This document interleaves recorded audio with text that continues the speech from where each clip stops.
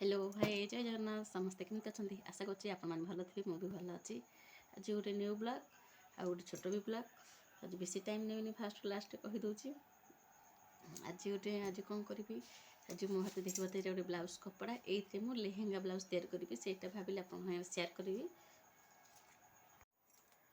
देख शाढ़ीटा मत देख ये पतला अच्छी यहाँ मात्र मीटर कपड़ा है यहाँ मुझे 40 साइज ब्लाउज मुझे काटिबी ब्लाउज लेहेंगा ब्लाउजटा ये तो कपड़ा ता सहित अस्तर आटाच कर अस्तर गोटे मीटर ये नहीं है। यहाँ आमर कौन रहा लेहेंगा ब्लाउजटा फुल बेक आमर ता सहित अधा नेट रहा अस्त्र ही रहीटा आपको देखी देखूँ शिखु जो मैंने नुआ कर मो चैनल को प्लीज लाइक शेयर कमेंट करूँ सब्सक्राइब करूँ जो भी वीडियो पठे आप देखिपारे आ सब फास्ट लास्ट टाइम देखते बुझुँ है। तो गोटे मीटर कपड़ा नहीं चेष्टा करी बहुत कम कपड़ा आप ब्लाउज माने करके देखिए है। यहाँ आमर कौन कहले फुल बेक आमर प्लेन रगपटा पछपटा आमर हुक है।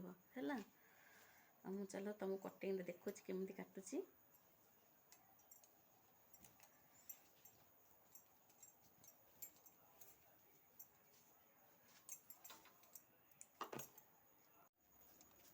देख मुझे दी फुल कर नहीं अस्त्र है।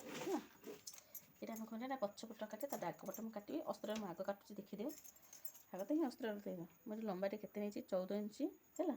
बाद गोटे इंच एक्सट्रा सिलाई मार्जिन ये टोटाल 15 इंच नहीं है। 15 इंच जो है आम मार्क करदे है।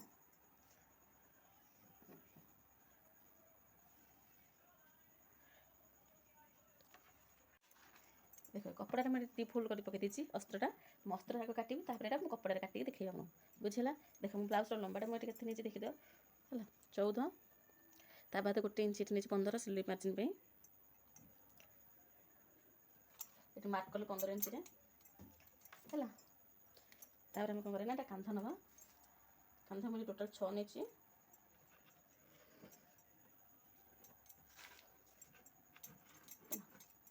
आम काख शोल्डर के नवा यहाँ 6 6.5 मतलब जितने नहीं 6.5 नहीं है।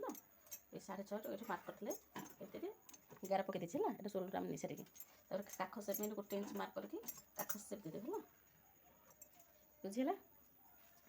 तापर आम कौन करें छाती नवा देख मुझे कहीदे कही 40 साइज कर 40 साइज 4 भाग करेंगे ये गोटे भाग माप ने 40 भाग कला ये के 10 जो 10 मार्क करदे आ गोटे इंच एक्सट्रा गोटे इंच 1.5 इंच मुझे 1.5 इंच एक्सट्रा नहीं बुझेगा। यहाँ हूँ मार्जिन यहाँ हूँ लूज माप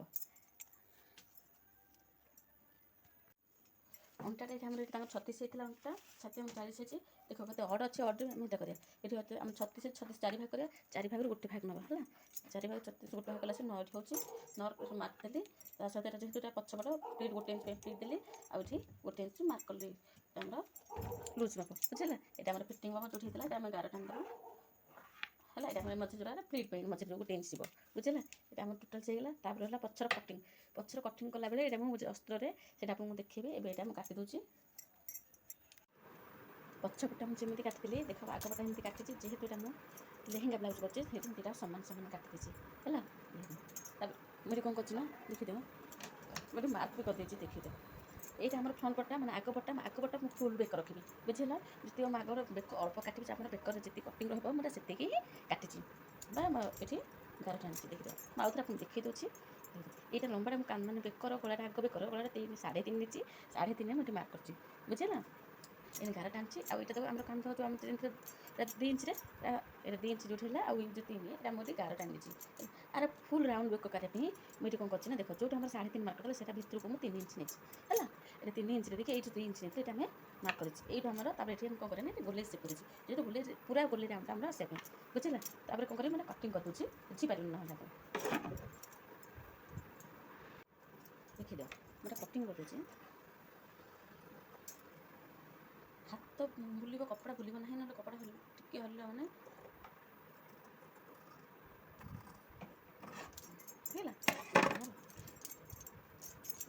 आम कौन करें खड़े आउ टे सेफ्टी दे बुझेगा।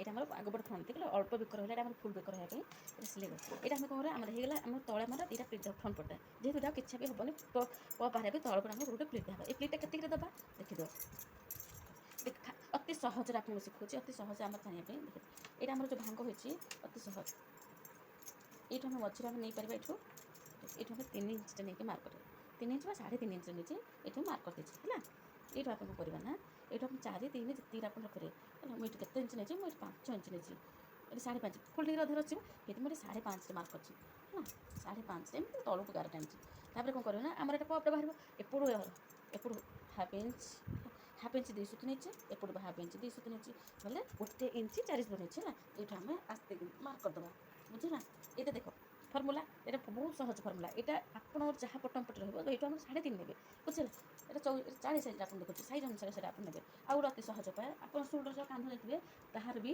ଆମେ ସିଧା ମଝିରୁ ବି ନେଇପାରିବା ହଁ ଦେଖ ଦୁଇଟାକ ସେମ୍ ମଝିରୁ ନେଲେ ସେମ୍ ହେଉଛି ଆମର କାନ୍ଧ ସୋଲ୍ଡର ସିଧା ନେଲେ ଆଉ ପପ୍ ନେଲେ ବି ସେ ସେମ୍ ହେଉଛି ହେଲା ଏଇଟା ବହୁତ ସହଜ ଆଉ ପପ୍ ବି ବହୁତ ଭଲ ବାହାରିବ ଏଇଟା ଆମେ କ'ଣ କରିବା ନା ଫୋଲ୍ଡିଂ ଏଟା ସିଲେଇ ଏଟା କାଟିବାନି ବୁଝିଲା ଦୁଇଟାକ ଚିହ୍ନ ରହିଗଲା ଏବେ ଆମେ କ'ଣ କରିବା ନା ମେନ୍ କପଡ଼ା ଉପରେ ଆମର ନେଇକି ଆମେ କାଟିବା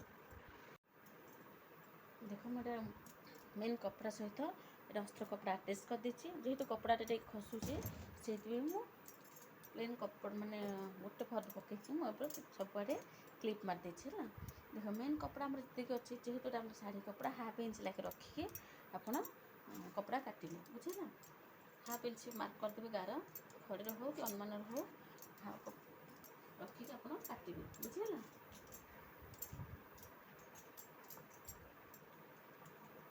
मुझे कौन कर काटी दूसरी है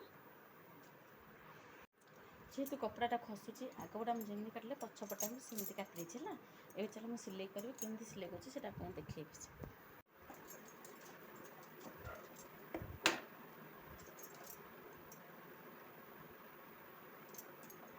देखो मुझे कौन कर ऊपर पटा यहाँ ऊपर पटा अस्त्रटा मेन कपड़ा ऊपर पकई है ना ये भितरटा ये मुझे गोली कर माने फोल्डिंग करी है ना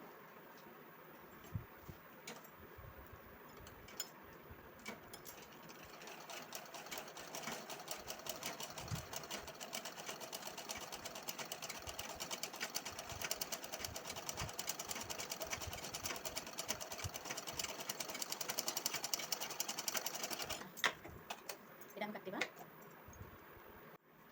देखो मुझे काटी दीची काटिक अलग कर दीजिए आम कौन करना ये साइड छोट छोट आम टिप्स करवा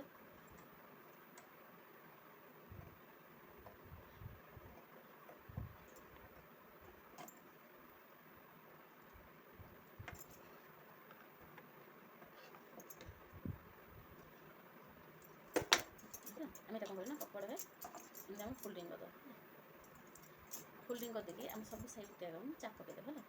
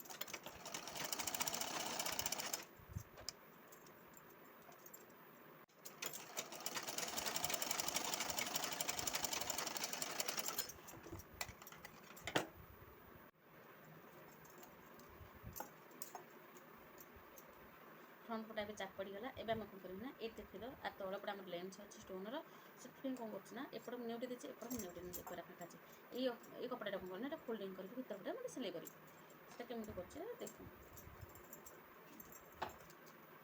यहाँ आम जो रहा देख हाफ इंच 2 सुत नहीं ये आम एमती फोल्डिंग करवा है हाथ में प्रेस करदे बुझे ना प्रेस करके आप सिलाई करेंगे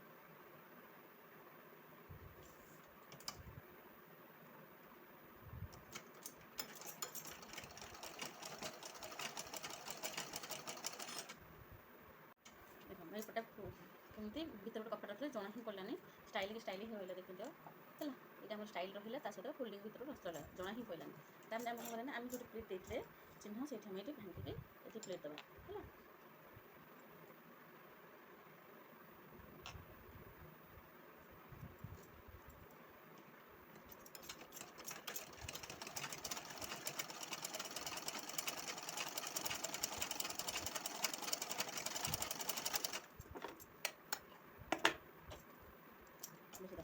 ବହୁତ ଆରାମ ହେଲା, ଆଉ ଏଇଟା ଆମର କପ୍ ବି ବହୁତ ଭଲ ହେଲା। ଏପଟେ ବି ଆମେ ସେମିତି କରିବା। ଏଇଟା କହିଥିଲା କେତେ ନେଇଛି ବୋଲି।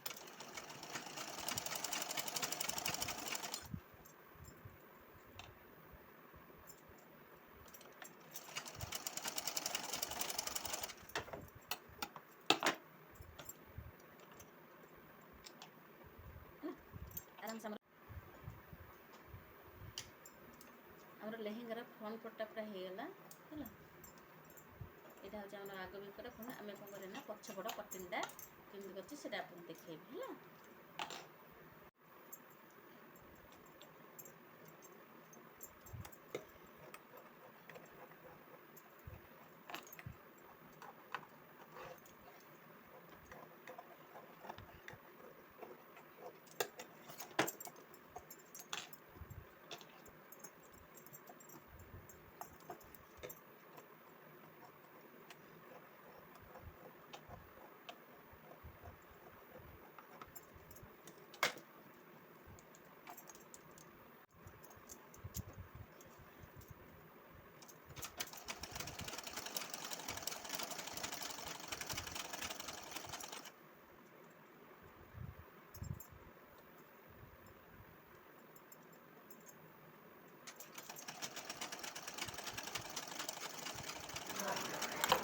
ମୁଁ ବି କ'ଣ କରିବି ନା, ବ୍ଲାଉଜ୍ର ଦେଖ ସବୁ ଗୋଟେ ଚାପ ପକେଇ ଦେଇଛି। ଦେଖ ଚାରିପଟାକ ବେକ ସବୁ ଚାପ ପକେଇ ଦେଇଛି।